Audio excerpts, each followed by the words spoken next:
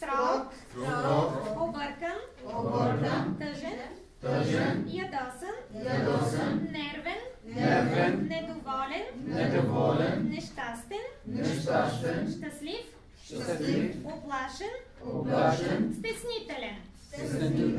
Пак моля. Строг. Казвам се Радост Събева и се занимавам с преподавателска дейност. По принцип преподавам на чужденци.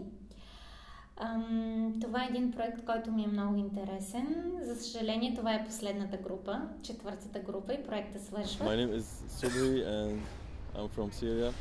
Аз съм Зедин от Ирак. Аз се казвам Мир Саиди. Аз съм от Иран. Как се чувства тя? Добре. Каква? Стеснителна, строга, нервна, щастлива, нещастна. Как се чувства? Нещастна. Нещастна, да, може би нещастна. Строга, добре. Или? Може би ядосана. Да, може би ядосана. Има? Може би объркана. Добре. А това момиче? Как се чувства тя?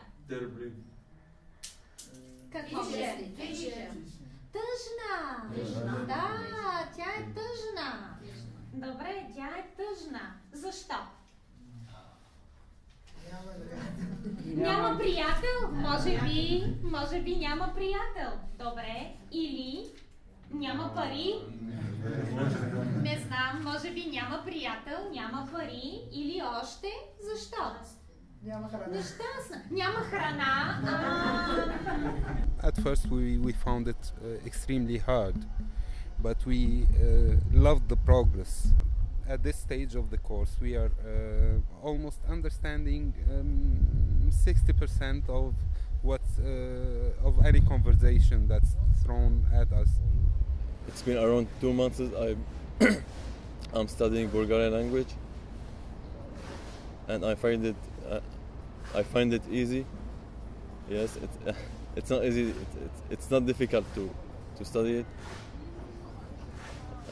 For now, I know all the numbers and I know a lot of grammars, and I can understand a lot of words, but I can't speak yet. В course хубаво, няма проблем в course. I think I know a little bit. I know Bulgarian language because of the class. Купувай. Много добре. Купувайте. Добре. Браво. Купувайте. Много добре. Така. Как ще бъде? Значи това е позитивен. Така. Как ще бъде негативният? Не купувай. Добре.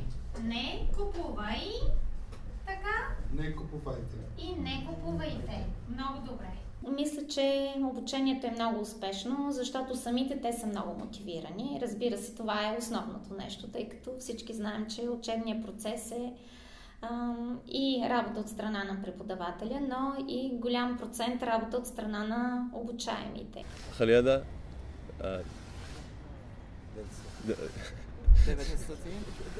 988. Right? Идеята е те не само да научат езика, но и да се интегрират в българската култура, така че всеки един от уроците има за цел и подаване на културни препратки. Сега ще четем този текст Рилските езера. Ще говорим за Рила планина. Рила е най-високата, the highest, най-високата планина в България и на Балканите. Добре. След това? Най-високо тя и вряз и мусала. Нали знаете връх? Като черни връх. Планина. Ето тук това е връх. Може би едно от най-интересните неща по време на тези обучения бяха езиковите практики.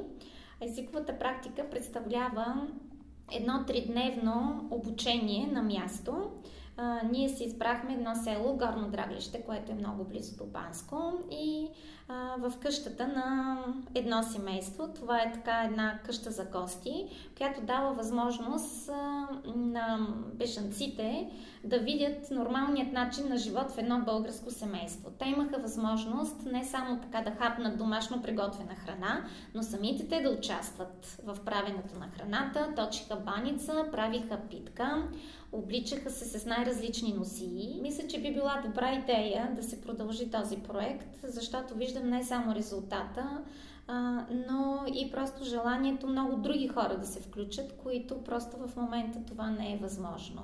Аз искам живея в България всеки ден.